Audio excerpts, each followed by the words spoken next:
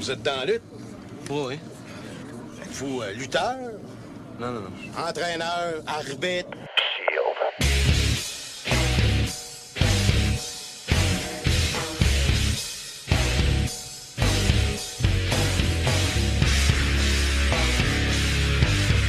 Vous êtes dans la lutte? Vous êtes dans la lutte?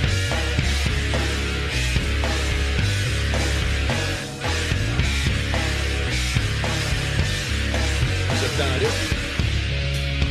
Avec Elimination Chamber qui aura lieu ce dimanche, plusieurs questions existentielles nous viennent à l'esprit. Est-ce que le Shield recevra enfin la monnaie de sa pièce? Est-ce que Punk peut déjouer les attentes et battre The Rock? Qui sortira vainqueur du Chamber match? Et est-ce que Ziggler va arrêter de trimballer sa maudite mallette partout et finalement s'en servir? Bienvenue à Vous êtes dans la lutte, épisode 7. Je m'appelle Mathieu Chevalier et avec moi, comme toujours, mon grand ami, l'impitoyable Marc-André Drouin. Salut Marc. Salut Matt, salut les auditeurs, j'espère que ça va bien, j'espère que vous avez passé une belle semaine de lutte. Nous, on a bien du stock, c'était le Go Home Raw, on va en parler, on va le disséquer ensemble. Et à la demande générale, il est de retour parmi nous. Il est le showstopper, le main event, Alexandre Lamoureux. Yes! De retour pour le Go Home Show, pour le Elimination Chamber. On s'approche de WrestleMania tranquillement, pas vite. Ça a de l'allure. Et puis, on a eu un excellent Raw et puis on va en discuter ensemble. Je suis content d'être avec vous autres à soir, les boys. Toujours un plaisir, cher ami. Et avant de parler de Raw et faire nos petites prédictions pour le pay-per-view, j'aimerais ça faire peut-être un petit tour de table de ce que vous avez regardé de lutte cette semaine. Ça peut être n'importe quoi. Si tu as écouté quelque chose, la moue cette semaine, que tu te rappelles, puis tu vas en parler, tu peux pitcher ça là-dedans. Nous autres, on a écouté une couple de trucs de notre côté. Tu l'as peut-être déjà vu même. On a regardé le documentaire de Stone Cold Steve Austin, The Bottom Line. C'est le fun que t'en parles parce qu'aujourd'hui, HMV m'ont appelé pour me dire qu'ils avaient reçu mon Blu-ray. Fait que je vais aller chercher ça au courant des prochains jours et je vais regarder ça. J'ai entendu dire que c'était un excellent documentaire et puis j'ai très hâte de l'écouter, mais si vous pouvez en parler, les boys, gênez-vous pas. Regarde, ce qu'on peut faire, c'est d'en reparler quand tu l'auras vu. Au pire, de toute façon, ce documentaire-là, il est sorti en 2011. Fait que qu'on attende pour en reparler avec toi, ça serait cool aussi. Là. Tant qu'à avoir ton insight sur le sujet, ça pourrait être intéressant aussi. Là. De toute façon, j'ai un autre documentaire que je voulais parler, qu'on a regardé, Marc-André et moi. Je sais pas si tu as entendu parler, c'est The Wrestling Road Diaries. C'est un documentaire qui a été fait, selon mes calculs, en 2009. Parce que ça se passe... En fait, c'est Colt Cabana puis Daniel Bryan. On les suit carrément dans leur vie quotidienne de lutteur indie. Ça se passe juste avant que Daniel Bryan commence à WWE. Dans le fond, c'est comme si on suivait la dernière semaine de Daniel Bryan, sa dernière run d'un indie. Fait qu'il s'en va à ROH, s'en va dans des petits galas. Puis je te dis, là, si t'as rêvé d'être lutteur un jour, ce documentaire-là, faut que tu le vois. T'es dans la vie d'un lutteur indie, dans les chambres d'hôtel avec eux autres, dans les runs de char avec eux autres. Ils s'en vont coucher chez des fans qui les invitent. Mais je sais pas comment expliquer, mais c'est pas misérabiliste. Ça montre pas la lutte d'un côté, c'est donc ben poche comme vie pis c'est cheap, mais plus un côté, le plaisir contagieux d'être en gang. Colt Cabana, pour ceux qui le connaissent, c'est un gars qui a bien de l'humour, hein, c'est un gars qui a bien du...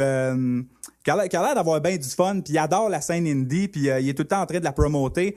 Puis ce documentaire-là, moi, j'ai adoré ça. Ça dure 2h45. Il y a même c'est un 2 DVD, puis j'ai pas écouté les extras parce que c'était déjà crissement complet de même. Mais si tu veux savoir c'est quoi la vie d'un lutteur indépendant, puis tu sais, on s'en doute tout le temps, puis on a vu d'autres documentaires, mais là, de voir les gars backstage avant leur match, de se préparer, la chimie qu'ils ont avec les autres gars. Puis si vous connaissez pas le backstage indépendant, puis vous connaissez pas bien les lutteurs, c'est pas grave parce que justement ça te permet d'apprécier puis de te dire hey, finalement tu sais quand ils arrivent à la ROH, c'est quasiment leur grosse soirée à comparer des autres petits crises de soirée miteuses qu'ils font, tu sais. Puis en tout cas moi j'ai trouvé ça hallucinant ce documentaire là vraiment là. Ouais, j'ai bien aimé ça, moi aussi. C'était pendant dans le fond, il appelait ça pour la ROH, en tant que Bryan était pour quitter, il appelait ça The Final Countdown. Tour. Tour. pour la fin de Daniel Bryan, puis c'était impressionnant à voir. On voit quelques séquences de match, mais c'est pas basé vraiment là-dessus, c'est vraiment basé vraiment sur le backstage, et c'est vraiment excellent. Là, ça m'a donné le goût de retourner 20 ans en arrière puis de m'entraîner pour être lutteur. Puis quand tu connais, ce qui est le fun, c'est qu'aujourd'hui, là, tu croises backstage des gars comme Claudio, comme Antonio Cesaro, Chris Hero, les Austin Harris, tout ça, tous ces gars-là, ils étaient encore dans l'indie à ce moment-là. Tu croises des Davey Richards, des Eddie Edwards backstage. C'est vraiment nice, là. Kevin Steen aussi. Puis les gars, ils finissent leur match. Puis tu vois que Daniel Bryan, c'est un esti de perfectionniste. Là. Le match est jamais à la hauteur de ce qu'il voulait. La foule n'a pas réagi à tel move, telle affaire. Ça te montre des extraits du match. Moi, en tout cas, j'adore ça. Là. Fait que si vous aimez le monde de la lutte et le derrière du décor, l'envers du décor, The Wrestling Road Diaries, ce documentaire est pour vous, les amis. Ouais, moi, personnellement, j'ai pas écouté grand-chose d'autre de la lutte. Là, j'ai écouté Raw, puis ce documentaire-là, puis celui de Stone Cold. J'ai écouté des bouts de SmackDown, j'ai écouté des bouts de Main Event, j'ai écouté des bouts de l'ROH, puis j'ai écouté un petit bout de la PWG. Ben, on peut bifurquer direct au Raw. Je pourrais peut-être juste faire une petite parenthèse rapide à Main Event puis SmackDown rapide. Là, je vais pas les disséquer, mais tu sais, juste pour faire le crochet vers le Raw, vu que tout est linké ensemble. Le Main Event cette semaine, je l'ai bien aimé. Puis je sais qu'il y a pas grand monde qui écoute ça parce qu'on a déjà assez de lutte à écouter de même. Puis tu te dis, tu sais, Raw, c'est le premier que t'écoutes. Si t'as du temps, t'écoutes SmackDown. Puis si t'as pas de vie comme moi, ben t'écoutes les autres shows, tu sais. Puis Main Event, l'épisode cette semaine, je l'ai trouvé très bon.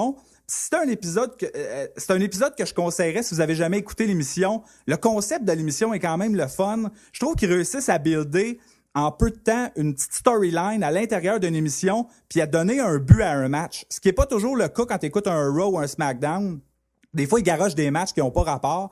Mais Main Events sont bons pour te créer une histoire. Puis Cody Rhodes a fait une super bonne promo. Il y a eu... Qu'est-ce que tu allais dire? T'allais-tu dire quelque chose, l'amour? Non, désolé. Ouais, Cody Rhodes a fait une bonne promo à Main Event. Il a eu l'air d'un gars qui voulait vraiment aller pour le titre de mondial. Il disait, hey, c'est quoi ces astis de règlements cons-là que je peux pas aller dans Chamber? C'est des anciens champions. Il dit, c'est des anciens champions, ça veut dire que c'est 6 gars qui ont perdu à la belt. C'est tous des has-been. Moi, je suis le futur ici. Pourquoi je peux pas aller dans ce match-là?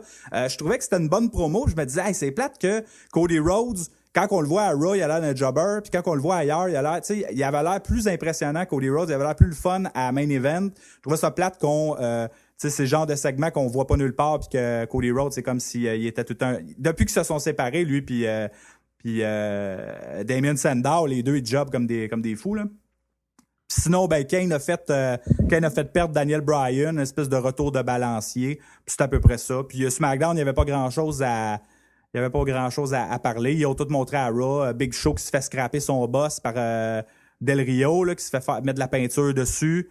Puis Mark Henry qui a battu Orton clean. C'était les deux moments forts de SmackDown, qui était il était assez faible, là, SmackDown, cette semaine. Je le conseillerais pas. Puis bizarrement, les ratings étaient quand même dans le tapis. Ils ont été les plus hauts depuis 1 an. Si j'ai bien lu, là, ils ont fait 2.16. Ce qui équivaut à peu près à 3,19 millions de personnes. Fait que c'est bravo pour SmackDown. Puis c'est drôle parce que le show n'était pas débile. Maintenant, Raw, mon cher Marc-André. Oui, c'est un Raw qui débute avec l'excellent Paul Heyman qui nous annonce tout simplement qu'il va annoncer une grande nouvelle. Tout simplement.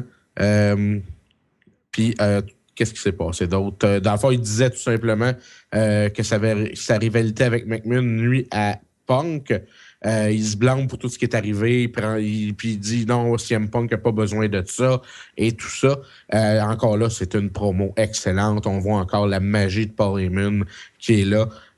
Il dit aussi maintenant qu'il démissionne pour laisser toute la place à Punk. Cette partie-là de la promo, je la trouvais excellente. J'aime bien quand quand Paul Heyman fait ce genre de promo-là. Ça avait l'air quasiment d'un shoot. À chaque fois qu'il parle, dans le fond, on dirait un shoot. J'ai vraiment adoré cette section-là, cette partie de cette promo-là. Ouais, j'avoue que c'était garde. Paul Heyman, depuis les derniers mois, il fait le meilleur travail de sa carrière. Puis on le sait qu'il a toute une carrière à la WWE. Et puis, regarde, la promo était magnifique. Punk qui arrive pour le convaincre de pas quitter. Regarde, c'était du bonbon. Ça sent la grosse manipulation. Tu sais, la semaine d'avant, Heyman était prêt à sacrifier sa mère pour pas perdre sa job. Puis cette semaine, il voudrait quitter de lui-même. Mais tu sais, tout ça, ça va mener à quelque chose. Puis Paul Heyman, il est tellement hot dans ce personnage-là de magouilleur. Puis il est pas, tu sais, il est dur à cerner par bout. Puis c'est ça qui est le fun.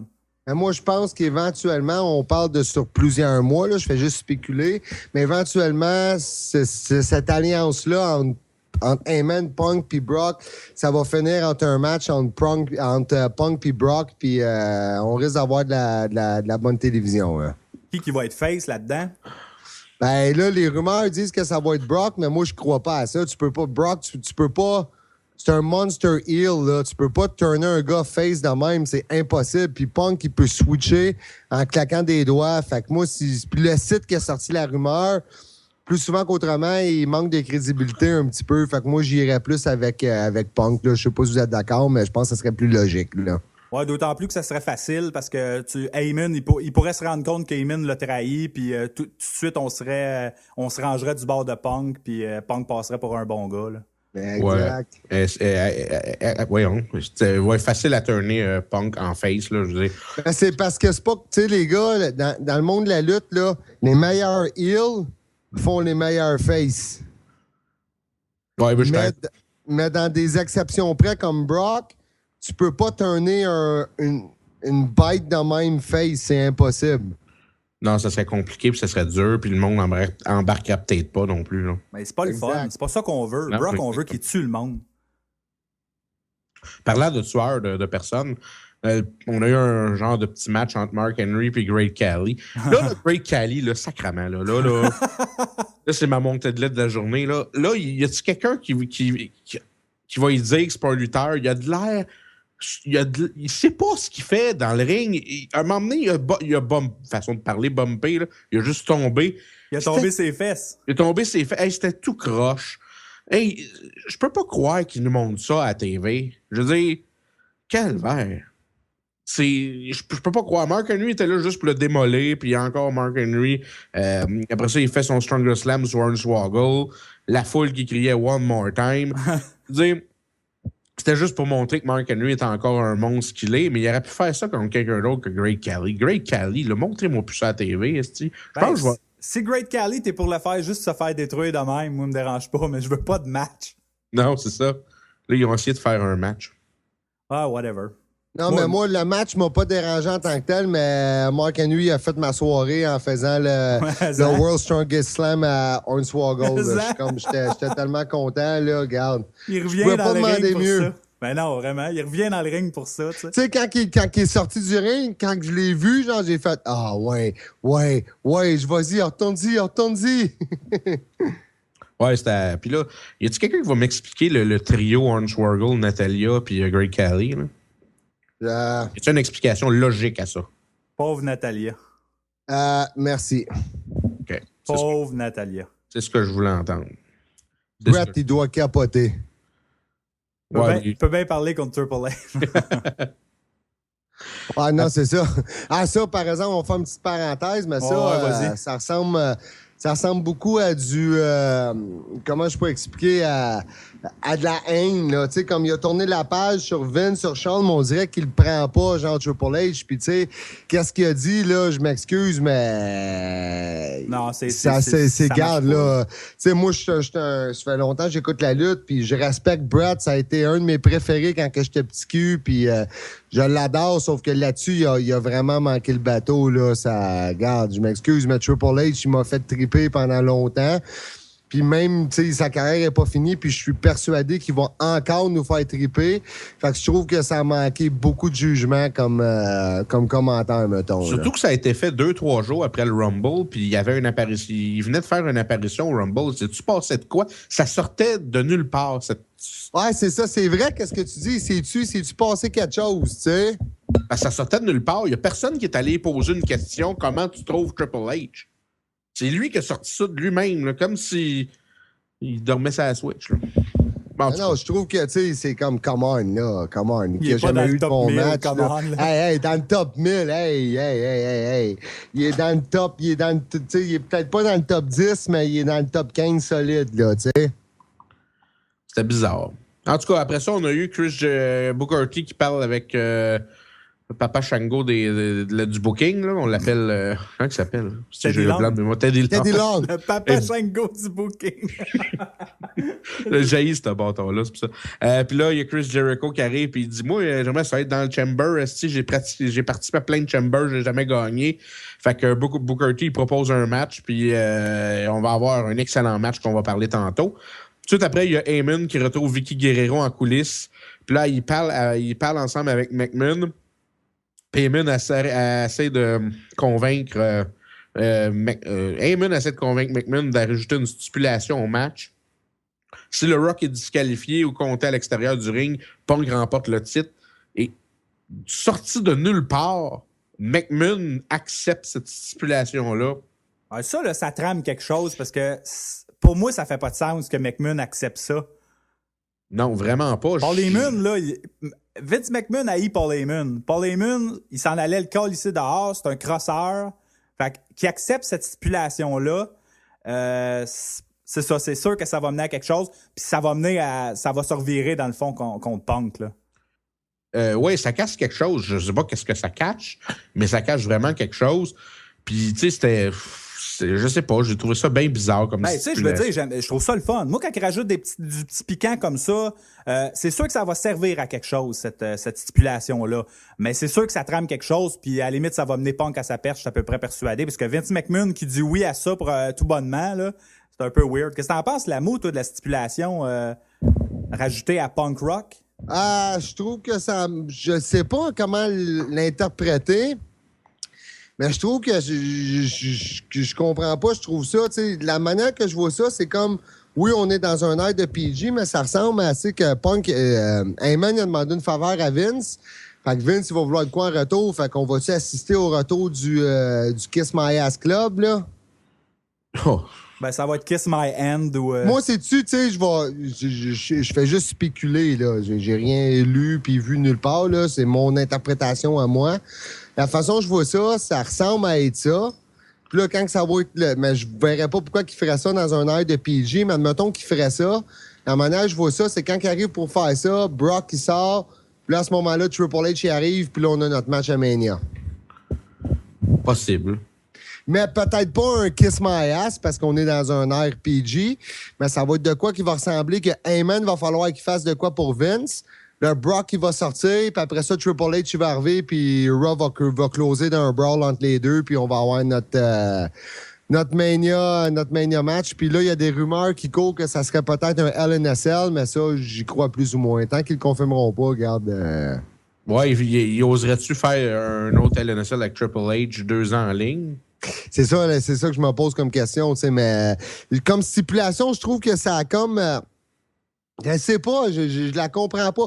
Ou la stipulation, c'est-tu quelque chose qui fait en sorte que le match va finir une nulle puis on va avoir un triple threat à Mania parce que Taker, finalement, il a dit « Fuck it, moi, je work pas Mania cette année. » On sait pas parce que... Ouais, peut-être. Parce que si Punk, il work pas Mania cette année... Je veux dire Undertaker. Pas Punk, Taker. Si Taker ne work pas Mania cette année, il se passe quoi avec Punk, là? C'est Punk le grand perdant là-dedans. Puis Non, mais on s'entend qu'il va aller où, là? Il faut s'ils ne le mettent pas dans le match de championnat, ça fera pas de sens, là. Aucun. Il va s'inventer une feud d'ici là avec Sheamus, là, c'est quoi, là? Oh, come on, pauvre gars, man. Il a eu l'année de sa carrière, puis il se ramasse dans... Ah, non. Mais tu sais, c'est con parce que tu sais, si on est franc avec nous-mêmes, tout ça, Punk, premièrement, il mériterait d'être le dernier match de Mania. Il ne sera pas, mais... Je suis amplement d'accord. Mais, tu sais, je veux dire, si... Puis, tu sais, on sait pas, là, présentement, avec Undertaker, c'est flou. Très, très flou. Mais c'est pas compliqué, les boys. La décision de Taker va décider du résultat du main event dimanche. C'est aussi simple que ça. Mais est-ce que ça se peut que Punk gagne le titre? Non, parce qu'il est parti avec la belt. Oublie ça, c'est sûr que non. Ouais. C'est sûr que non. Sauf qu'en même temps, ça peut finir en... Il peut y avoir beaucoup de controverses qui font en sorte que ça va être un triple threat parce que, d'après moi, Vince, il doit avoir donné comme deadline à Taker dimanche. Et si tu me dis si tu work ou pas, parce que si tu work pas, moi, il faut que je shut mon main event autrement. Là, je peux pas. Ils peuvent pas faire ça à Punk parce que si ça va être une claque dans la face à Punk s'il est pas proche d'un main event. S'il se ramasse d'un mid-card feud, là, le gars va claquer à la porte, il en a rien à foutre, mais il en a de l'argent. Là. Il a placé son argent, puis gars, si lui, il dit, gars, il dit, moi, il dit, ouais, ben gars, bye-bye. Tu sais, le gars, il habite dans un appartement miteux, là, puis il fait des millions par année. Là, on s'entend-tu qu'il en a rien à foutre là, de partir ou pas, là? Ouais, exactement. Mais en tout cas, j'ai hâte de voir ça. Puis, puis en même temps, je veux dire, faut-tu vraiment qu'il soit vieux et magané, Taker, pour pas être capable de lutter une fois par année, sérieux? Ben là, ça aurait l'air que son épaule, les chirurgiens, ils peuvent plus rien faire tellement qu'il n'y a plus rien à faire avec son épaule, ça a l'air. OK. Ben... Bon, ben, Mark Calloway, on te souhaite bonne chance. Ouais. Ben moi, je suis persuadé, au plus profond de moi-même, je peux pas croire que Taker, il sera pas en Mania cette année, spécialement quand ton main... Là, il reste des billets encore, les boys, là, OK? T'es à New York, au mois d'avril, à ciel ouvert, il fait pas si chaud que ça. T'as besoin d'une attraction comme Taker pour vendre plus de billets, puis je suis persuadé qu'à la fin de la journée, il va être là. I hope. Ouais, je suis persuadé. Puis, les gars, on va le savoir dimanche. La façon que le match se termine dimanche, si Rock il gagne clean, Taker work Mania. Si Rock il gagne pas clean, il work pas Mania. C'est aussi simple que ça. Ouais, j'ai hâte de voir ça. Puis, en fait, j'ai hâte de voir Taker. Point à la ligne. Prochain match du Raw, Chris Jericho contre Daniel Bryan. Bien évidemment, je m'attendais à un bon match. J'ai eu un bon match. J'ai rien à dire de plus. Excellent match. Oh, oui, vraiment. C'est supérieur, sport. c'est de qualité supérieure à tout ce qu'on voit à la télé. Là. Exactement. Deux gars qui ont le même gabarit, pratiquement. Tu mettrais Jericho contre un balai, puis le match serait écœurant. Même affaire pour Bryan, tant qu'à moi. Fait que si tu mets c'est ça. Fait que t'as deux workers qui torchent ensemble. Puis je trouve que j'ai trouvé ça plate, par exemple, l'heure que le match a eu lieu. Il était même pas à la fin de la première heure. Hein? Non, puis de 8 à 9, c'est leur pire heure. C'est là où t'as le moins de monde qui l'écoute. Fait que j'ai trouvé ça ordinaire un peu. J'ai trouvé ça le fun. Par contre, j'ai trouvé ça le fun, ce Raw-là, pour comment il a été booké. Je trouvais que tout tombait en place. Ce match-là avait une raison d'être. Jericho, fallait qu'il batte Bryan pour aller dans Chamber. Ça ajoute un but au match. T'sais. Booker T, il s'enligne pour un heel turn, sûrement, là, de la façon qu'il a parlé à Teddy. Là. Ouais, il l'a reviré de bord. Hein. Is this ID sucks? Je sais pas, là, mais en tout cas. En tout cas, avec ça, Y2J se qualifie puis il rejoint Mark Henry, Randy Orton, Daniel Bryan dans Chamber. Là, présentement, il était 4 dans Chamber. Il reste 5. Sont 5. Oui, mais il restait ça. Ben là, pour l'instant, où est-ce qu'on était rendu dans le Raw? On était à 4. On ne savait pas c'était qui le désolé. Ah non, mais je comprends où tu t'en allais avec ça. Après ça, tu avais John Cena, Ryback puis Sheamus qui ont défait le 3MB dans un squash match, là, d'une affaire là, pour montrer les faces là, qui sont forts. Là, quelque chose que j'avais pas besoin de voir. Là. Un combo de finisher en même temps. Là. Ouais, à part ça c'était correct, mais le reste, je sais c'est quoi, comment que tu bookes des matchs de ce genre-là. Ils ont fait exactement ce qui a été écrit dans le livre, comment booker un match. Et c'était correct, c'était rapide. On va faire une parenthèse avec ce match-là, les gars, là. Mais la réaction que Cena a eue, là, il s'est fait encore huer plus que se faire cheerer. Oh, okay? Ouais, c'était beaucoup hué, là. Là, je pense qu'on est... Je sais pas si Vince, il va, comme on dit en anglais, pull the trigger, là. Mais on est-tu vrai? Je pense que si moi, je book, là, je pense qu'on est rendu à l'étape du heel turn, là. Je pense qu'il n'y a plus d'autres options pour lui en tant que tel, là. C'est turn heel à Mania contre The Rock. Parce que quand John Cena va gagner le titre à Mania, il va se faire huer comme ça va moi, pas de crise d'allure. Non, mais regarde, j'ai été au Rumble en 2008 au Garden, OK? Puis quand il est revenu, là, j'avais peur de sortir du Garden. Ça te donne une idée, là? Fait que là, 5 ans plus tard, s'ils font gagner à Mania, il est bien mieux de se passer de quoi dans le main event s'ils gagnent parce que moi, je reste assis jusqu'à temps qu'il n'y ait plus personne dans le building. C'était si sauvage que ça? Ben, pas sauvage, mais le monde, il y en avait une couple qui l'ont pas trouvé drôle, mettons. Surtout moi, tu sais, qui est parti de Montréal, là. Ouais. Mais j'espère que tu vas huer, là. Ben, c'est définitivement. J'espère que tu vas enlever ton chandail, là, puis tu vas le déchirer, puis tu vas tout faire, là. Ça dépend quel chandail j'ai, mais je la trouverai pas drôle parce que, regarde, moi dire, ben franchement, j'ai été à Mania 23 à Détroit, le classique entre Sean et Cena, puis j'étais persuadé que Sean était pour gagner, puis il a perdu, puis j'ai fait aïe aïe. Il a même coûté 1500$ pour voir Cena gagner.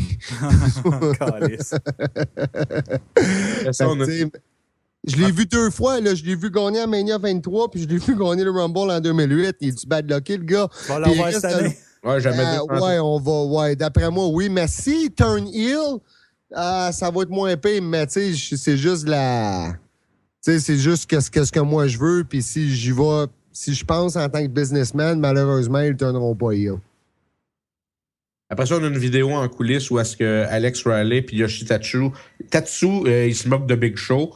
Big Show, il arrive puis il met knockout tous les deux. J'ai bien ri. Je veux dire, c'était drôle. Je veux dire, drôle. Façon de parler. Je veux dire, c'était... Des jobbers qui se font knocker, c'est tout le temps drôle. Drôle. Il arrive sur le ring, Matt Striker vient pour l'interviewer. Il se knock Striker solidement. J'étais mort de rire. Ensuite, il fait une promo silencieuse, qu'on appelle, un mutisme excellent. Super bon, ça. Ouais, il dit rien puis il s'en va. Il n'y a rien d'autre à dire, de toute façon. C'est super bien booké. Je veux dire, tu sens qu'il bouille en dedans, puis c'est rien que ça que t'as besoin, là. Oui, exactement. Ensuite, le moment absurde, selon moi, de la soirée, Jack Swagger qui arrive avec un gars que moi, au début, Mathieu se regardait, il dit « C'est qui, ce sacrement-là? » C'est un fan qui le suit, genre, puis il s'en rend pas compte. Oh, les gars, vous me niaisez, là. Moi, je le connais pas, Zeb Coulter. C'est Dutch Mantel. Ouais, mais sacrément, je suis allé voir après ça des vidéos et des affaires, mais sérieusement, je le connais pas, ce gars-là. Bon, OK, les boys, je vais faire un cours de lutte 101, là. Ah ouais, vas-y. Là, premièrement, vous écoutez la lutte depuis plusieurs années, j'imagine? Depuis qu'on a 10 ans, là, depuis... Bon, OK. Vous rappelez-vous des Eli Brothers? Non, c'est ça l'affaire. Non, c'est ça, on se souvient pas d'eux autres. C'était Uncle Zebediah. C'était le manager des Eli Brothers. C'était le manager de JBL quand il est arrivé, quand il était en Justin Hawk Bradshaw. OK, ben ça, je me souviens du manager, mais je savais pas que c'était lui. Ça, c'est Dutch Mantel. Dutch Mantel, c'est une légende de la lutte, OK? Il était là, c'est une légende. C'est un gars qui manie le micro comme jamais, comme vous avez pu le constater lundi. Il était dans le creative de TNA aussi. Exactement. Ce gars-là, c'est un génie au micro. Fait que ça, là, qu'est-ce que Jack Swagger, c'est une mine d'or pour Jack Swagger, ce gars-là. Puis la promo qu'il a faite, la manière qu'il l'a faite, on s'enligne vers une feud Swagger-Del Rio éventuellement parce qu'il a parlé de... Ah oui, on était là, c'est bien raciste comme promo pour capoter, là. L'affaire de, tu sais, by not crossing our border, là. Ouais, je regarde autour de moi et puis je vois du monde qui n'ont pas la même peau que moi. Je pense pas qu'ils vont... Ils peuvent pas faire gagner Swagger l'Elimination Chamber puis l'enligner contre Del Rio à Mania. Mais ça, c'est pas vendeur. Non, mais de toute façon, moi, j'ai un autre plan pour Mania, tu vois. De toute façon, tout à l'heure, on va en parler. Moi, personnellement, on va en parler plus tard, mais... Mais c'est pas vendeur. Non, effectivement, c'est pas vendeur. On en a parlé, nous autres aussi, tantôt, hors d'onde. Puis, tu sais, Del Rio Swagger, c'est pas bien... Quand on va faire nos prédictions pour l'Elimination Chamber plus tard, là, moi, c'est pas... Je suis sûr qu'on a toute la même vision de l'affaire. Ensuite, on a Booker T qui qualifie Swagger, bien évidemment, dans le Chamber. Dolph Ziggler, il arrive, il proteste. Mais là, Booker T, il dit que c'est toi qui as chicken out le Chamber. Il dit que si Jericho est dans ce match, il veut y aller aussi. Booker T, il dit tu devras battre Kane si tu veux participer au Chamber. Fait qu'on sait qu'il va y avoir un match Kane Ziggler un peu plus tard. Tu vois, ça, c'est une autre affaire que j'aime. Ça rajoute une stipulation dans un match à Raw. Il y a un enjeu. Moi, j'aime ça. Le match était pas bon, mais je veux dire, au moins, ça te fait suivre la suite. Ouais, exactement. Il y a quelque chose, c'est linké. C'est booké, c'est bien booké. Ensuite, on a un match Miz contre Cody Rhodes avec Cesaro au commentaire. Un match correct. C'est pas plus hot que ça. Ça finit par disqualification quand Cesaro puis The Miz commencent à se pogner. Cesaro qui swing Miz sur la barricade C'est hot, là. à répétition.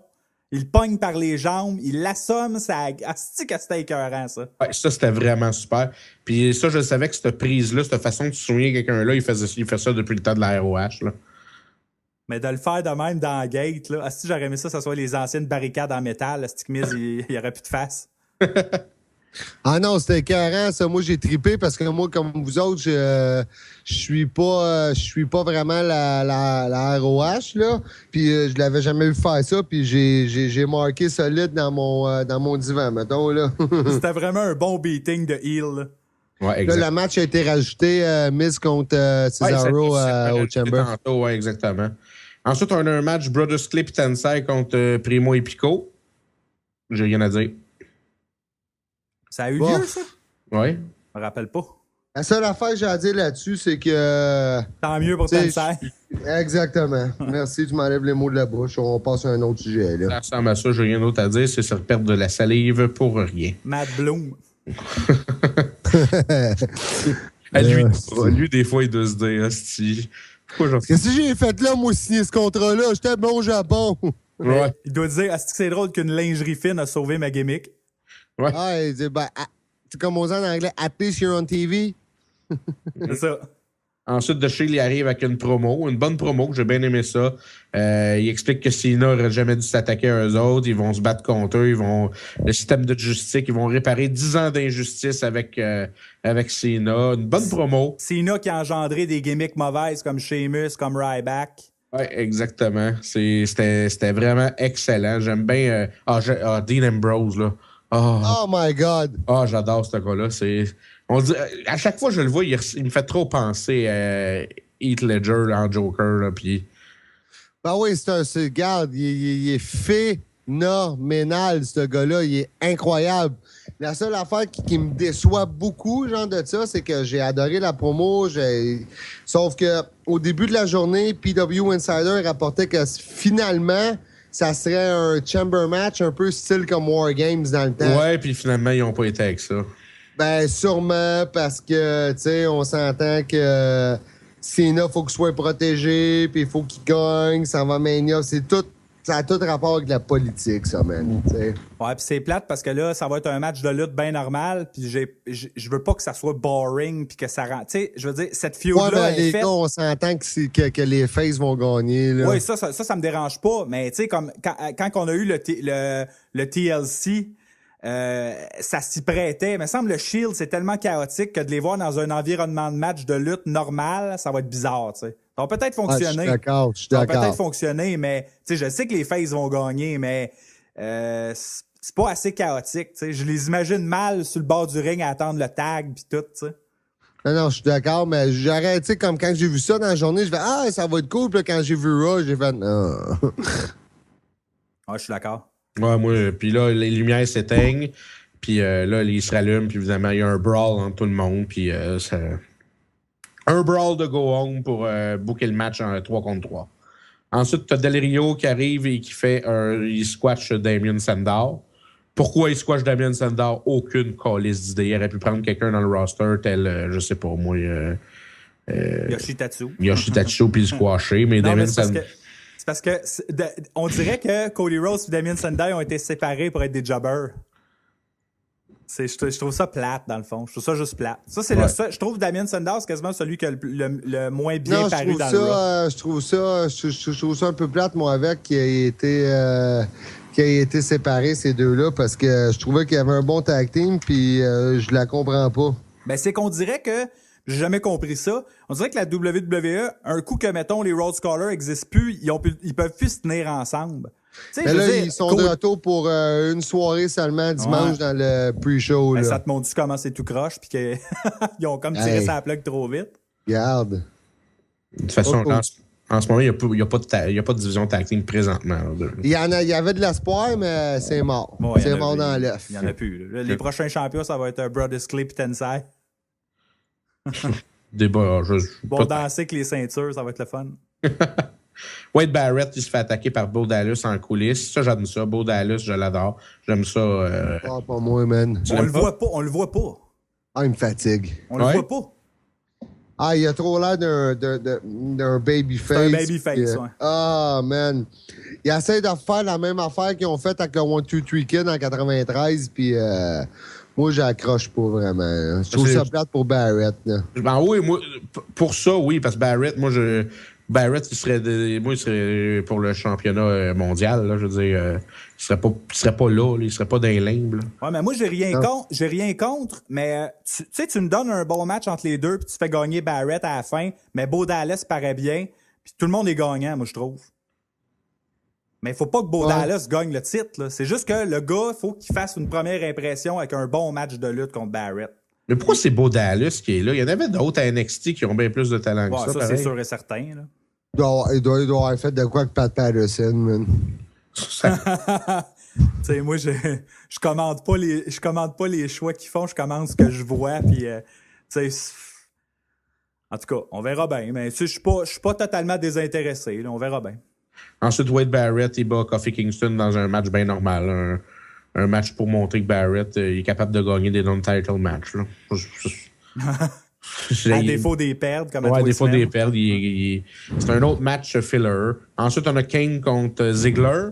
Là, moi et Mathieu, on s'est regardé. On a dit, si on est franc avec nous-mêmes, si Kane il gagne puis il est dans le Chamber, Ziggler cash in à Elimination Chamber. Si Ziggler bat Kane, il cache pas à Elimination Chamber. Et quand on a vu Kane battre Ziggler, on s'est dit, bon, des Christy de chances que Ziggler cash in à Elimination Chamber. Moi, je pense définitivement que Ziggler cash à Elimination Chamber parce qu'il est trop pas là pour l'instant. Il y a une raison pourquoi il est pas là, là. Puis tu vois la même affaire que nous autres, hein? Jericho gagne l'Elimination Chamber, puis il me semble qu'un Jericho Ziggler, un Mania pour la belt, ça... Il me semble que c'est logique, tu sais. C'est ce que je vois, mais bon. Le match était pas bon, vraiment pas bon entre Ziggler et Kane. Ah! Vraiment pas bon. Là, plus capable. Ben, Kane en solo, il y a de la misère. Là, c'est ça qu'on a dit. On avait dit que ça commence à être difficile pour Kane tout seul. En tag team, ça marche encore, mais... Hey boy. Même Ziggler, il pouvait pas rendre le match meilleur, puis il essaye, là. Il essaye, mais ça n'a pas abouti, tu sais. Non, c'est sûr. Mais tu sais, c'était quand même surprenant parce que d'un bord puis de l'autre, ça se pouvait que quelqu'un gagne. Fait que au moins, il y avait un enjeu. Puis jusqu'à la fin, je voulais voir c'était qui gagne, tu sais. Exactement. Puis Ziggler a perdu, puis Kane est dans le Chamber. Fait qu'il reste un spot pour le Chamber? À ce moment-là du show? Oui. Probablement. T'es plus au courant que moi, même. Ben là, on a Kane, Bryan, Swagger, Orton puis Jericho. Puis Mark Henry, c'est full. C'est full. Ben oui, c'est réglé, c'est full.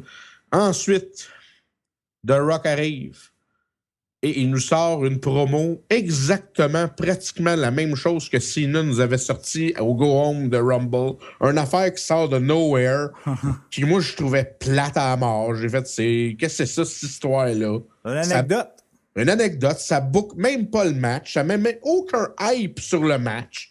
J'ai fait, qu'est-ce que c'est ça, Simonac? Moi, j'avais juste le goût d'être un crackhead. Oui.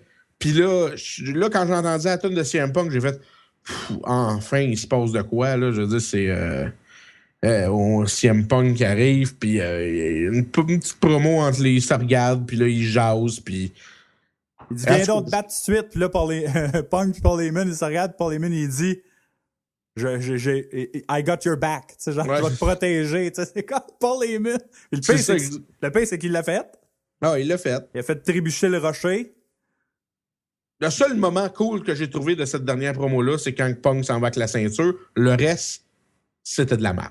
Ouais, le sac, ça dépasse. Si t'aimes le rock, ses histoires, tu bois ses paroles. J'aime ses histoires, mais là, ça marchait pas. Tu peux pas booker un PPV avec une histoire. Là, ça marche pas, selon moi. Parce que la morale de son histoire, c'était... tu sais, à 25 ans, c'est là que j'ai retrouvé le droit chemin quand je suis devenu champion, tu sais. Puis là, je suis champion en ce moment. Fait que c'était ça le lien qu'il faisait. Un petit détour de 20 minutes, là. Ouais, j'ai été très déçu. J'ai pas vraiment trippé. Ça me laissait sur mon appétit. Comment je pourrais bien expliquer ça? C'était mis. Moi, personnellement, s'il me disait regarde ça, puis c'est ça qui va prendre, c'est décider si je donne 70$ pour payer le PPV ou non, ben je l'achète pas le PPV. Si je regarde juste la fin du Raw et ils me disent il faut juste que tu justifies l'achat d'un PPV à ce que tu vois, je donne pas 70$. C'était de la belle marde. J'ai haï ça. Je savais pas que t'avais haï ça autant. Ouais, j'ai vraiment pas. J'ai vraiment haï la fin du Raw. C'était minable. Cette semaine? Ouais. Ben, moi, j'ai adoré la fin du Raw, mais la seule affaire que j'ai haï de la fin du Raw, c'est le fait que... C'est le fait que, tu sais, que c'est prévisible comme fin à Elimination Chamber. En fait, moi, le seul bout que j'ai aimé, c'est quand il part avec la ceinture puis d'attitude. Le reste, la promo du Rock, j'ai trouvé ça d'un ridicule qui Ben là, l'affaire du crackhead, là, je trouve que c'est quoi? Le Rock, il vient-tu pour conter des histoires puis ça s'arrête là, ou je comprends pas là, son but. En fait, c'est pas mon là. genre de promo pantoute. C'est pas ce que je recherche. En fait, c'est que la rivalité entre les deux gars là, avait tellement plus de potentiel que ça. J'ai quasiment l'impression qu'ils étaient sur le frein un peu. Ils veulent pas upstager WrestleMania, on dirait. Je sais pas, là. Moi, j'ai l'impression qu'il y avait bien plus de jus que ça. Puis ils se sont contentés de laisser Punk un peu faire les promos tout seul. Puis Rock, il fait ses histoires. Puis, tu sais, moi, je suis plus intéressé par ce que Punk vit de vouloir être encore le champion. Mais Rock, je le crois pas. L'affaire du crackhead, c'était drôle, mais ça avait pas sa place dans sa feud contre Punk, on s'entend, là. Mais c'est que Rock, je le crois pas qu'il est si content que ça d'avoir la ceinture. Non, dans ça, par exemple, ça, je vais faire l'avocat du diable, là. Là, le gars... Ouais, mais je le crois pas dans la vraie vie, il l'est sûrement, mais je le crois pas dans le ring.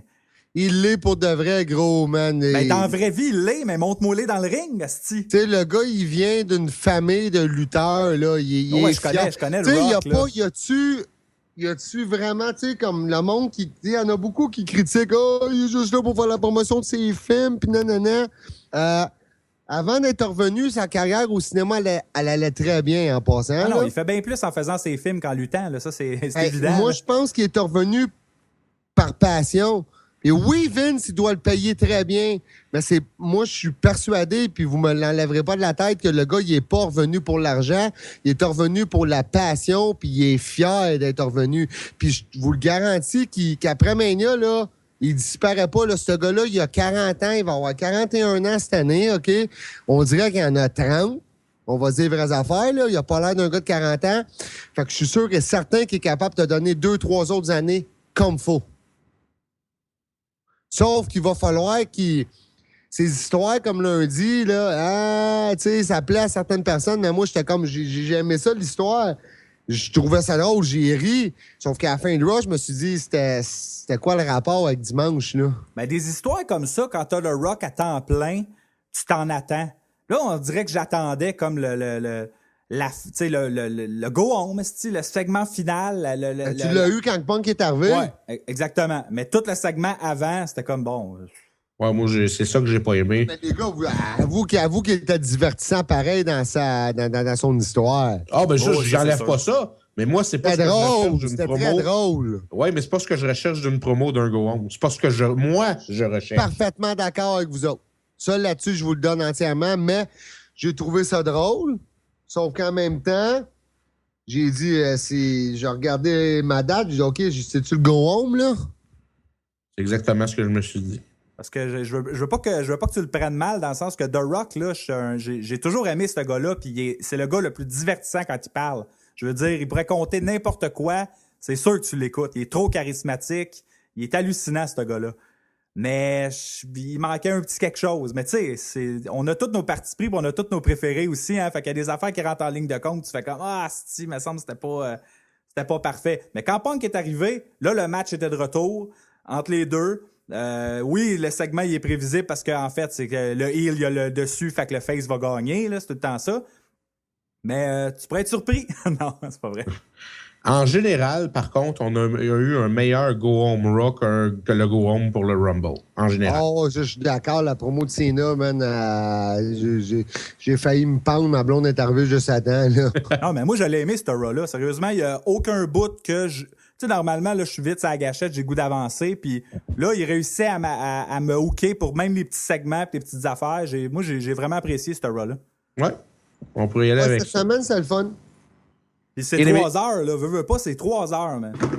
Pour avoir le meilleur show du monde, 3 heures, c'est toujours trop long, là. Ouais. Ça, vous m'enlèverez pas de la tête que c'est une gaffe, là. Ouais, c'est vraiment une gaffe. Puis je sais pas si... Peut-être qu'on a ça pour le restant de nos jours, je sais pas. J'en ai aucune idée. Elimination Chamber dimanche? Prédiction, les amis? Toi, tu l'écoutes chez vous? Moi, je le loue à la maison. Ah non, c'est pas vrai. C'est pour faire changement un petit peu. Vu que je m'en vais à Mania, là, faut que je réserve mon hôtel. Puis là, je viens de comme me faire pogner, là. Fait que... non, regarde, on s'en parlera hors d'onde, là.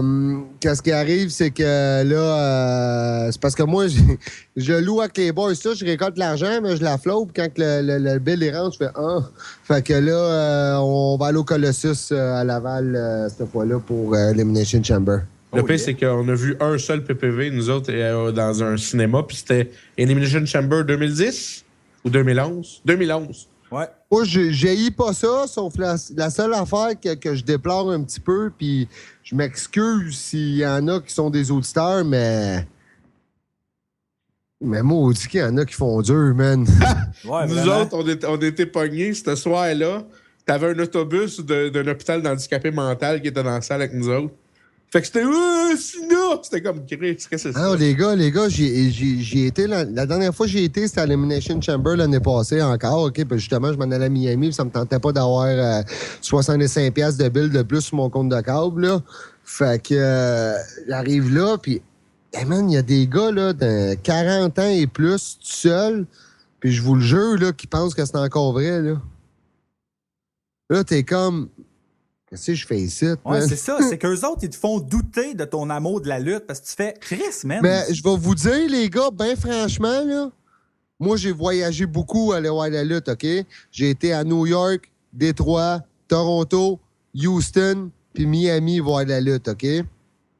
Puis, on vous dire, ben franchement, dans toutes les places qu'on a été, le monde le plus weird, le monde qui sont le plus weird en tant que fan de lutte, là, malheureusement, c'est à Montréal. C'est là que tu retrouves du monde, on va y aller un petit peu, tu sais, politically correct, là. Non, on va dire que les stéréotypes, esti. Sont spéciales. Les estis de Mongols.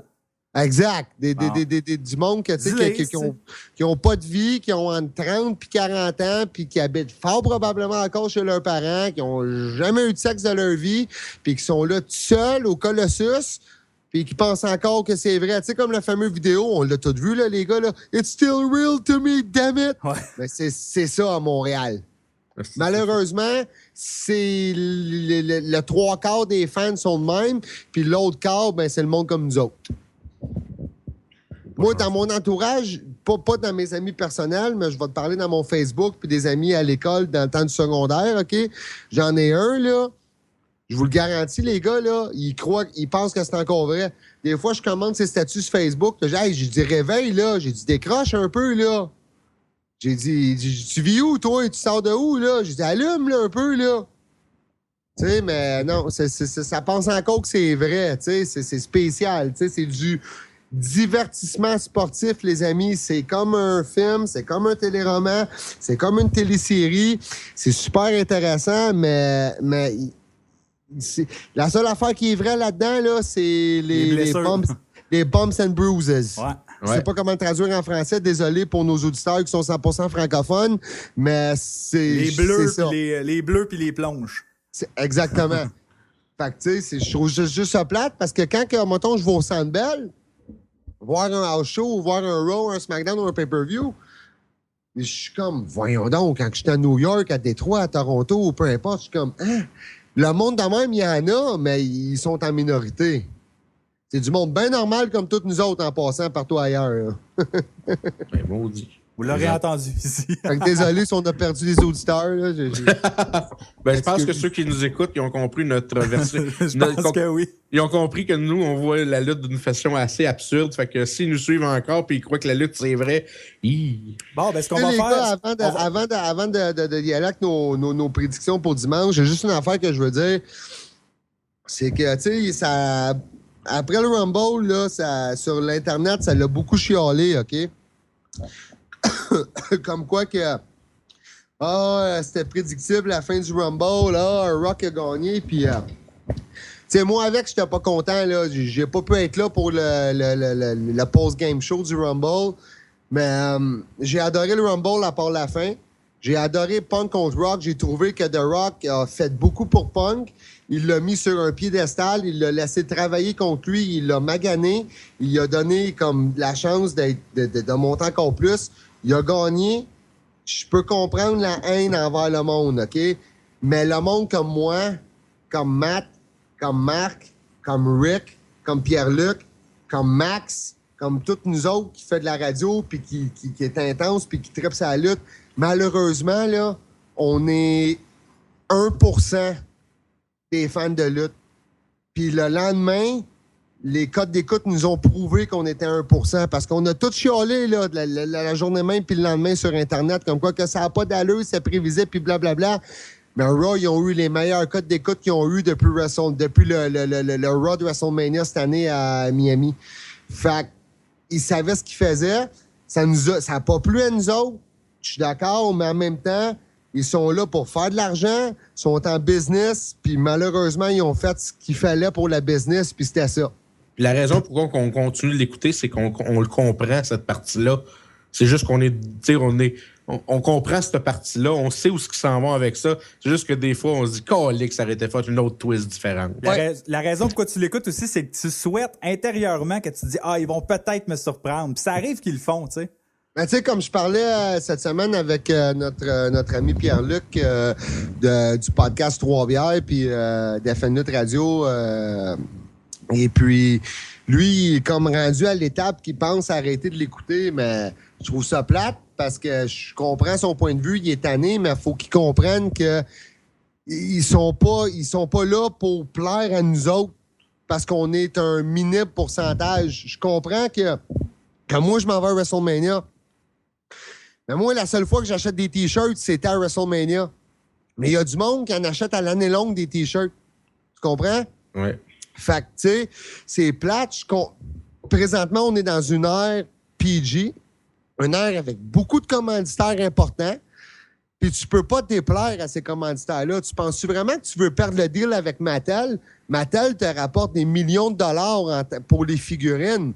Tu veux pas le perdre, ce deal-là.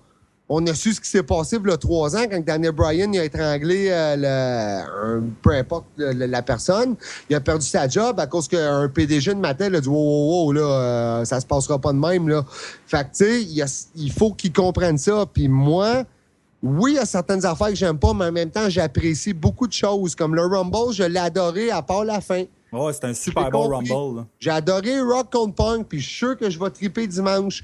Puis cette semaine, j'ai adoré Jericho contre Bryan. La semaine passée, j'ai marqué pour Jericho puis Punk. Ben oui. Fait que c'est des matchs de même qui me font que c'est pour ça que je reste. Puis je m'en irai jamais parce que c'est une passion pour moi. Puis oui, ils vont me donner de la cochonnerie puis de la boîte pendant des mois et des mois. Mais quand j'ai des Daniel Bryan contre Jericho, des Daniel Bryan contre Punk, ou des Rock contre Punk dimanche à Mania, ou Bryan contre Jericho, ou peu importe, c'est ça qui me fait rester. Oui, ça me fait de la peine, puis j'aime pas ça, certains aspects qui prennent. Oui, je trouve ça plate que Dolph Ziggler soit pas plus présent puis qu'il soit pas dans un rôle plus important. Mais à la fin de la journée, quand je me couche le soir, si je suis un businessman, je ferais exactement la même affaire que Vince puis le reste de la compagnie. Parce que c'est ça qui vend. C'est plate, mais c'est ça. Dolph Ziggler va l'avoir sa chance, mais je comprends pourquoi ils font ça. Des gars comme nous autres, ils adorent prendre pour ces gars-là. On le prend personnel, puis on veut qu'il réussisse. Tu sais, on était tous derrière Daniel Bryan. Moi, là, quand il a gagné le Money in the Bank, Daniel Bryan, là, je pense pas avoir crié de même chez nous. J'ai marqué comme un sauvage. Ben, moi aussi, puis tu sais, ça, c'est ça qui est le fun. C'est ça qui fait qu'on va être toujours là, puis c'est plate. Puis tu sais, c'est Pierre-Luc qui va fort probablement écouter notre podcast. Puis je te le dis, décroche pas parce que ça vaut pas la peine que tu décroches parce que... Mais je Il y a le plein comprends d'affaires. parce que v'là une couple de mois, là, je vais être bien franc. Avant qu'on commence le podcast, là, il y a été un mois ou deux là, où ce que tabarnak, j'avais de la Ah oui, misère je à suis écouter d'accord. Raw. Puis là, tu te dis toujours, Mais- OK, Rumble arrive, Mania, c'est. Ben, les gars, je vais vous faire, tu sais, comme... Puis Pierre-Luc, tu sais, il a aime raison, pas- Pierre-Luc, là. Il a entièrement raison, mais faut qu'on se comprenne. Puis je suis sûr que vous allez être d'accord avec moi. Avant qu'on enchaîne pour les prédictions, j'aimerais juste vous dire que le futur, les gars, là, il est beau, le futur. C'est quand la dernière fois qu'on a vu des heels de qualité de même dans la WWE? On prend un gars comme Mark Henry qui détruit tout sur son passage, OK? Le gars, tu le regardes, t'en as peur. Le monde qui est pas comme nous autres, les fans de lutte normales, quand ils le voient, ils croient à ça. Ils sont comme, wow, hey, il fait peur, lui, il est méchant. T'as Mark Henry, t'as Big Show qui est enragé, t'as CM Punk qui est en feu. Tu sais, t'as Dolph Ziggler qui est un heel qui est un excellent heel avec sa gimmick de show-off. Ça va être un T'as meilleur Dashi- face, moi, je pense. Éventuellement, parce qu'on en a parlé tantôt, les meilleurs heels font les meilleurs Ouais. faces. T'as The Shield, tu sais. On n'a jamais eu autant de heels. La seule affaire qui manque, c'est des faces de qualité. Il n'y en a pas. C'est que les faces, ils book boring. Oui, mais c'est quand, les gars, la dernière fois qu'on a eu un roster de même, avec des heels comme ça, avec des gars comme des vétérans puis des stars du passé comme Jericho, Triple H qui va revenir, Brock Lesnar qui est là en temps partiel jusqu'à qui est sous contrat jusqu'à WrestleMania l'année prochaine. Ben, je dirais en 2004, 2005, 2006, peut-être. Après ça, t'as Undertaker qui va fort probablement revenir. Écoute, on a un mélange de la nouvelle génération avec les stars du passé. On peut pas être mieux servi. Fait que moi, qu'est-ce que j'ai envie de dire au monde qui sont comme nous autres et qui ont une passion pour la lutte, comme qu'on est la IWC, en parenthèse, la Internet Wrestling Community, si on veut, là, j'ai un message pour vous, OK? Le message que j'ai à vous dire, c'est, garde, faites-vous-en pas, mettez ça de côté, amusez-vous, regardez le produit, puis profitez-en au max, parce que ça, là, on est dans le dernier temps qu'on va vivre ça. Parce que plus qu'on avance vers le futur, puis plus que des gars comme Triple H, Taker puis Jericho, ça va achever. Fait que là, t'as le mélange du futur puis du passé ensemble. Profitez-en, amusez-vous, faites-vous du fun, puis garde, arrêtez de critiquer les petites affaires de rien parce que ça vaut pas la peine. Parce que là, on est dans une ère où c'est le fun. Puis oui, on est PG, mais PG, ils ont tout le temps été PG à part de 98 à 2002. Fait que je vois pas il est où le problème. Fait que, regarde, c'est juste ça que j'ai à vous dire. Puis on est dans la route vers WrestleMania. On a du fun. On va avoir un bon pay-per-view. On va avoir un bon WrestleMania au mois d'avril. J'en suis persuadé. Peu importe les matchs qu'on va avoir. En Yes, fait, sir. nous autres, ce qu'on fait, c'est souvent, nous autres, parce qu'on est des gars de in-ring action, fait que quand on a quelque chose de mauvais à eux, ben nous autres, on s'en va se gâter avec des matchs à ROH, puis tout ça, C'est puis ça. quand on revient à eux, ben on a oublié, puis on continue, puis on aime ça.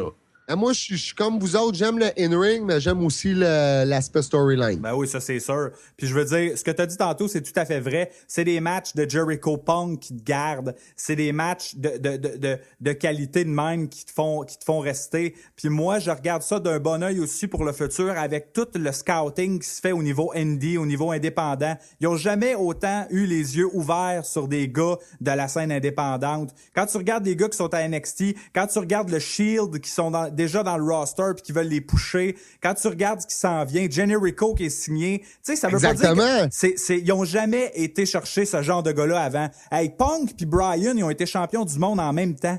Pense-y 2 secondes de comment c'est hot. Non, c'est ça. Fait que, tu sais, oui, il y a beaucoup de monde qui critique, mais en même temps, tu sais, essayez d'y aller un peu mollo parce que qu'est-ce que vous vivez là présentement, ça reviendra plus, là. Ouais.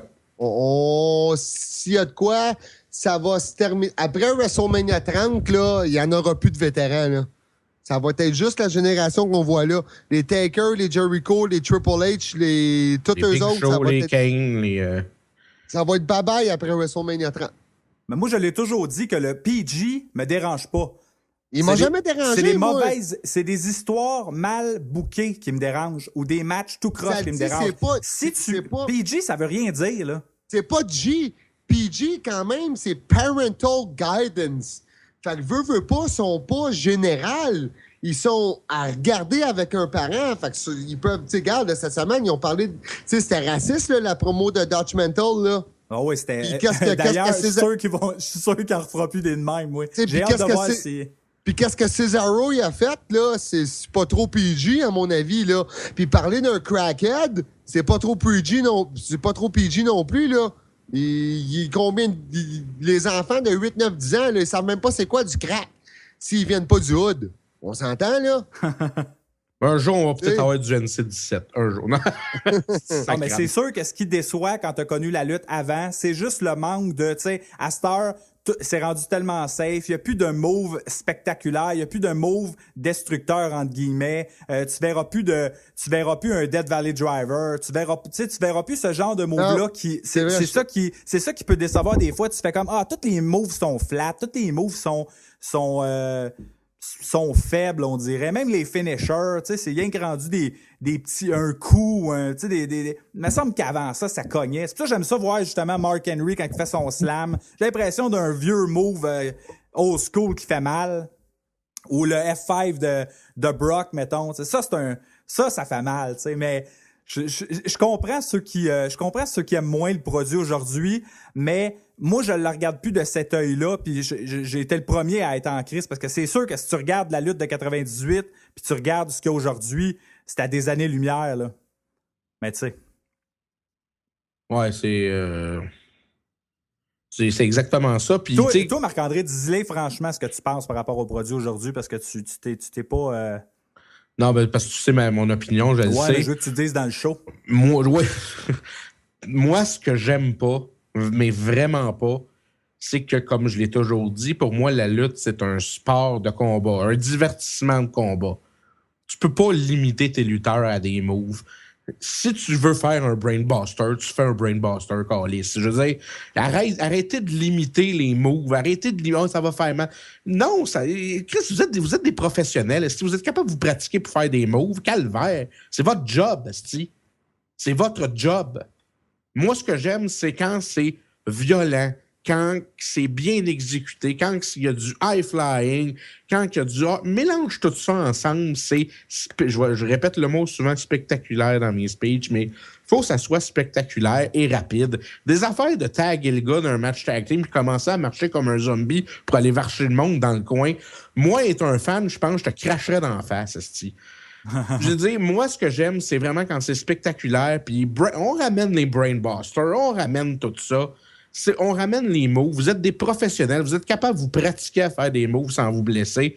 Tu sais, je veux dire, moi, ce que j'aime, je l'ai toujours dit, moi, je considère toujours la lutte comme un sport de divertissement de combat. Un combat, c'est pas supposé être flat, excusez-moi. Puis, c'est juste ça, ma vision. Moi, je m'en fous que ça soit PG-13 ou ça soit les gimmicks qui aient un petit peu d'humour. À la limite, si dans le match ou si dans la façon de booker le match, il y a de l'intensité puis c'est violent, moi, je suis prêt à pardonner tellement d'affaires. On fait-tu nos prédictions, les amis? Ouais, on y va avec ça. Le pre-show, Brothers Clay Tensai contre Team Road Scholars, Mathieu? Brothers Clay Tensai va gagner ça. L'amour? Ouais, moi aussi, je pense bien. Moi aussi, je joue avec ce côté-là. Brothers Clay Tensai, 3-0. Ça te montre-tu que Road Scholars sont rendus bas à tabarnak? Le Diva Championship, Caitlyn contre Tamina Snuka. What the fuck? Il n'y a même plus de filles à la TV. Je le sais, puis là, ils mettent dans le PPV. Matt, toi, ton... Caitlyn va conserver, je sais pas. Caitlyn. L'amour? Oh, OK, Clem, moi avec. Caitlyn garde le titre. On s'en crisse, on le regardera pas. United States Championship, Antonio Cesaro contre The Miz. Bien évidemment, Mathieu, je connais un peu ta réponse, mais je vais quand même te le demander. Ah, tu connais ma réponse? Ouais. Cesaro? Ouais, c'est ça. Ouais. L'amour? Ben là, les boys. La question qu'il faut poser, en fait, Cesaro. c'est est-ce que Le match Miz... va-tu durer 5 minutes? Non, est-ce que Miz va essayer encore la prise en 4 ou il a abandonné ça vu qu'il est pourri? Eh boy. Pas sûr, c'est pas mal fini ça pour Miz. World Heavyweight Championship, Alberto Del Rio contre Big Show. Matt. Ah, Del Rio. Del Rio puis Dolph, il cache après. Est-ce qu'on veut ça, hein? Moi, c'est exactement, je vois ça. Del Rio gagne, mais Big Show. Mauvais perdant, il mauvais crée une perdant. volée. Ouais, puis l'autre, il vient cacher, puis il cash in, puis on est content. Puis, comme ça, la ceinture va s'en aller sur Ziggler. Tu peux partir une feud entre Del Rio puis Swagger, mais sans le titre. Puis c'est ça qui est ça. Elimination Chamber match pour le number one contender, Matt. Et, le Chamber match, ça? Ouais. J'hésite entre Mark Henry et Jericho. Moi, j'ai l'impression que Mark Henry va gagner ça. Moi aussi, tout dépend où est-ce qu'il s'en va. Si Ziggler ne cache pas, Mark Henry va peut-être gagner.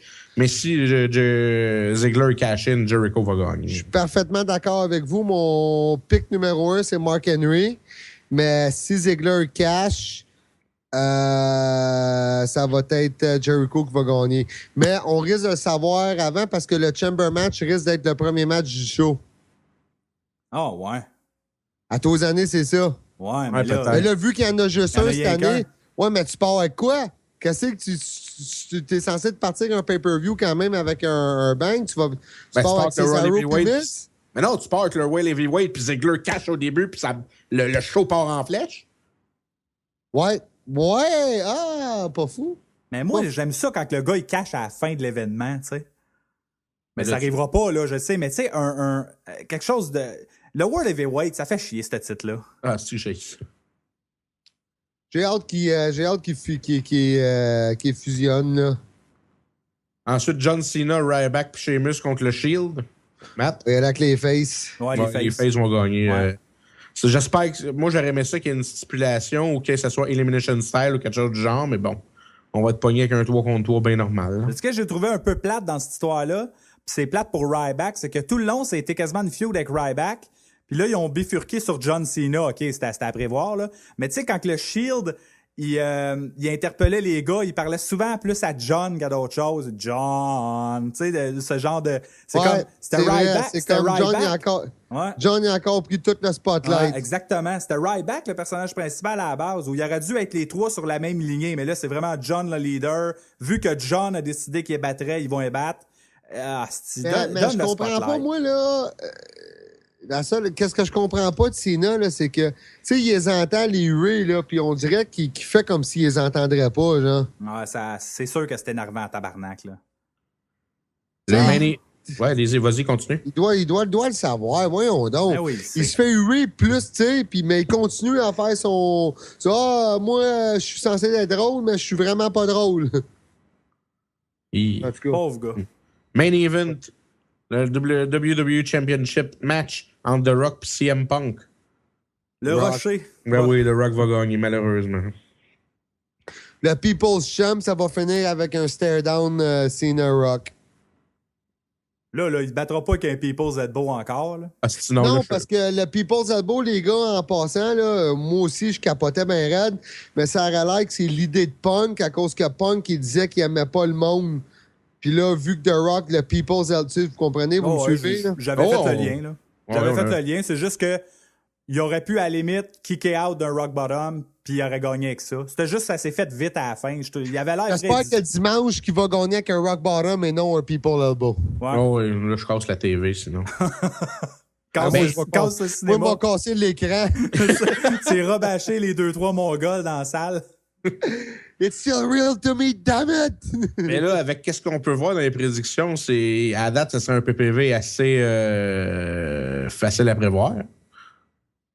Ils vont peut-être nous surprendre. Ouais, ben, C'est ça. à mon sens, ce qui est plus le fun, ce qui est plus dur à prévoir, c'est ce qu'ils peuvent faire avec le World Heavyweight. Moi, c'est ça qui me titille le plus, là. Moi, c'est ça qui est, ouais, exactement, parce que le WWE Championship, on s'entend qu'à moins que Taker work pas Mania, ça va se finir avec une victoire de The Rock, sinon ça va se finir en controverse.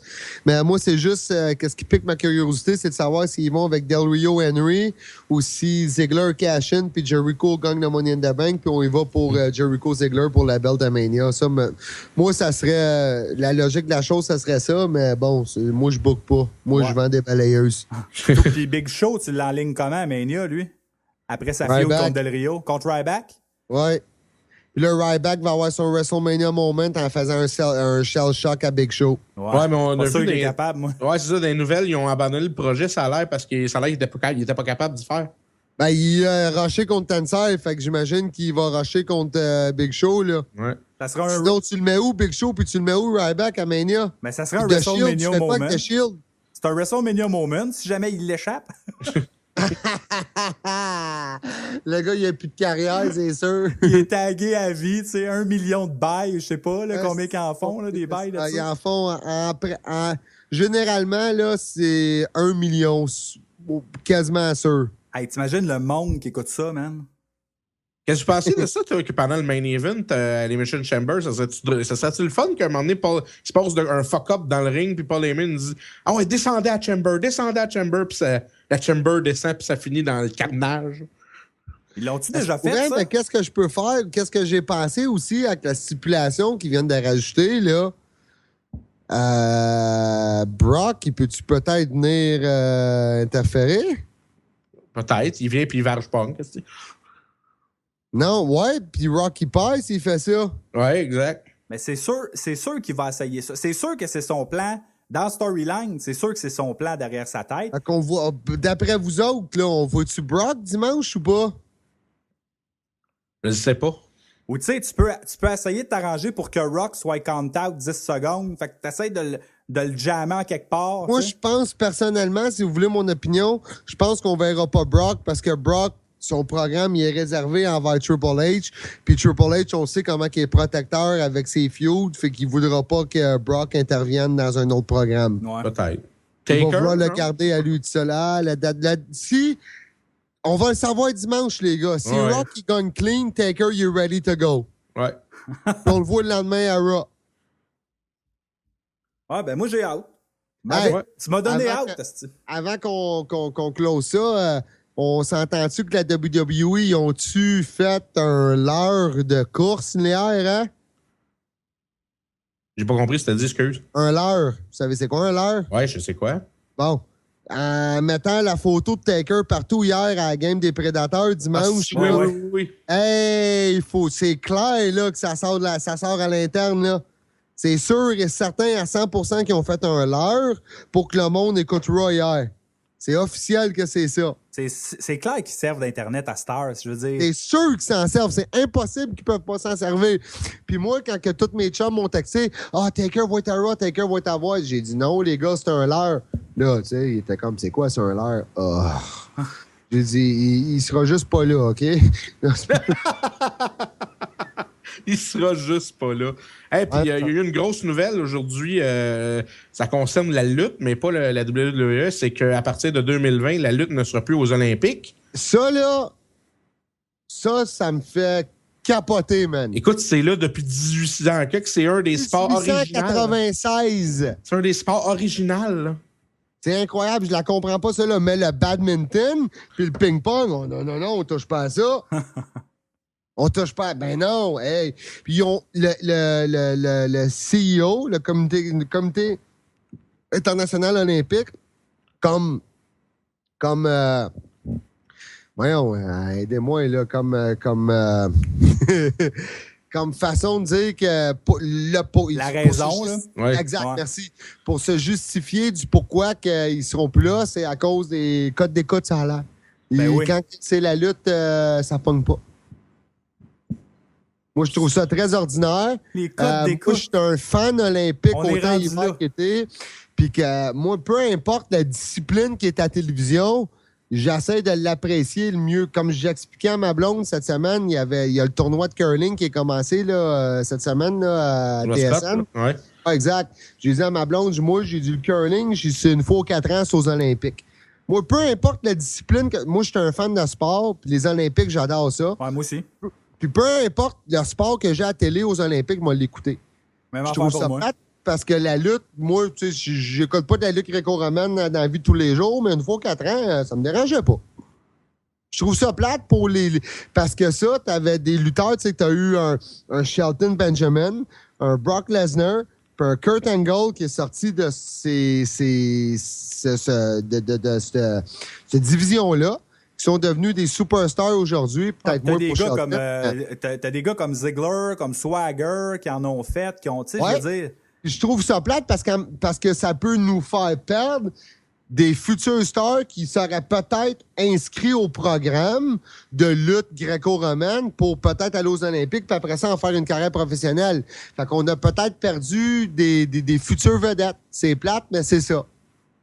Puis le CEO, là, qu'est-ce que je trouve plate là-dedans, c'est que tout le monde, tu sais, comme tout le monde capote aujourd'hui. Pas rien que les fans de lutte, là. Moi, quand je travaille, j'écoute la 98.5, puis Paul il n'en revient pas, là.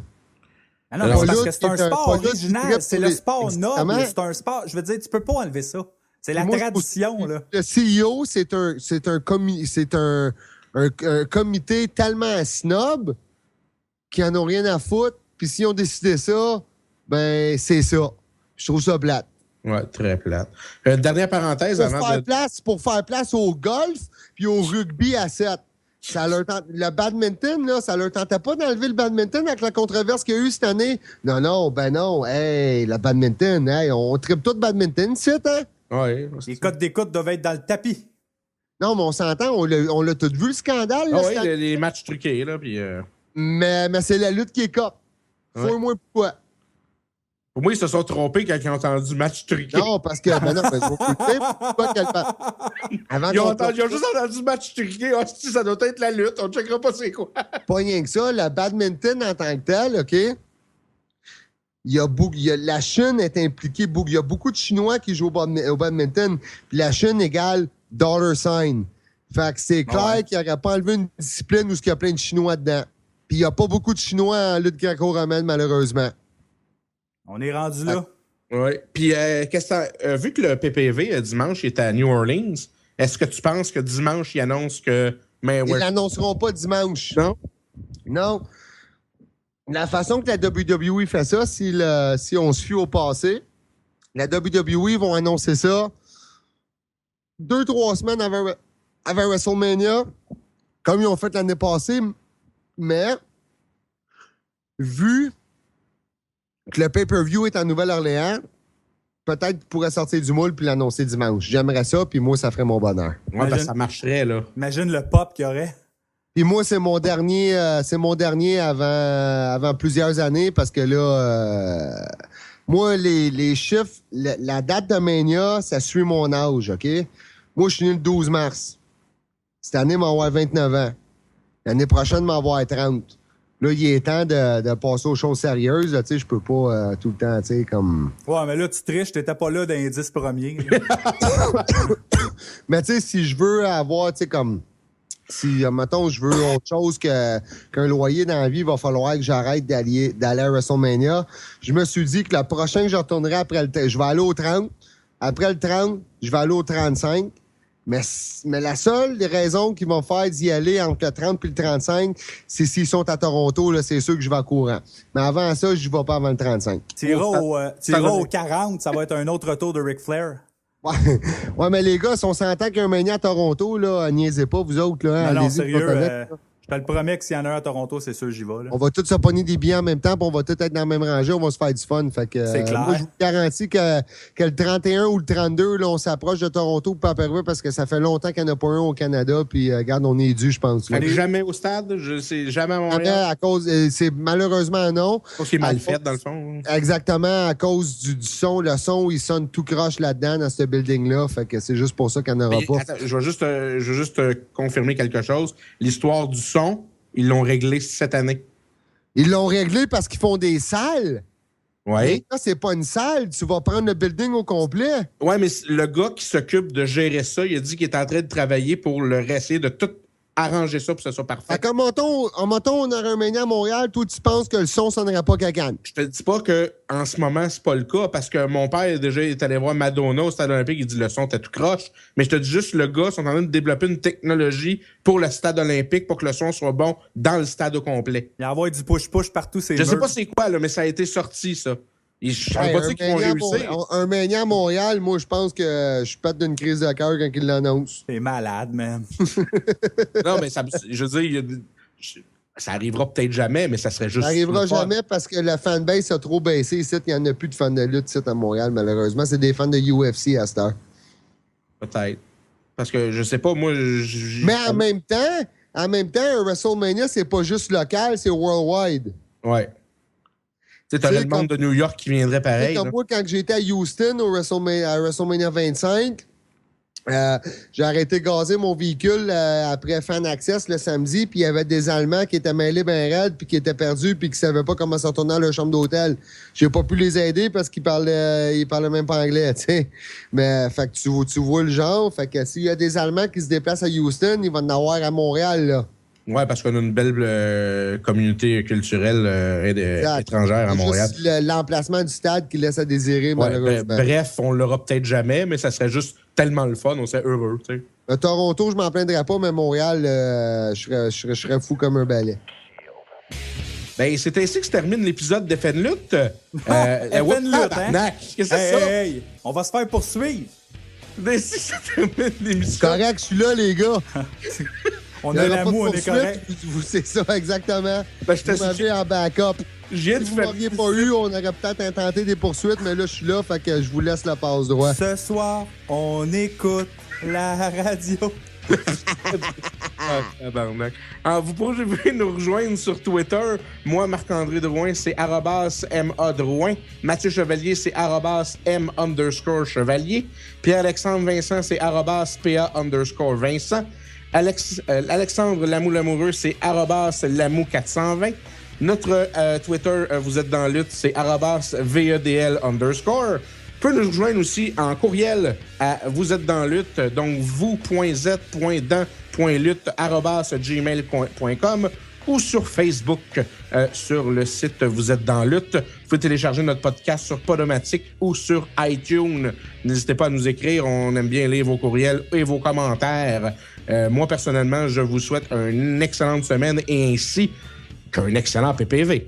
Puis étant donné qu'on est dans FN Lutte Radio, ben, je vais laisser le mot de la fin à l'amour. Amusez-vous, puis prenez rien au sérieux. C'est juste de la lutte, les boys. Bon pay-per-view dimanche.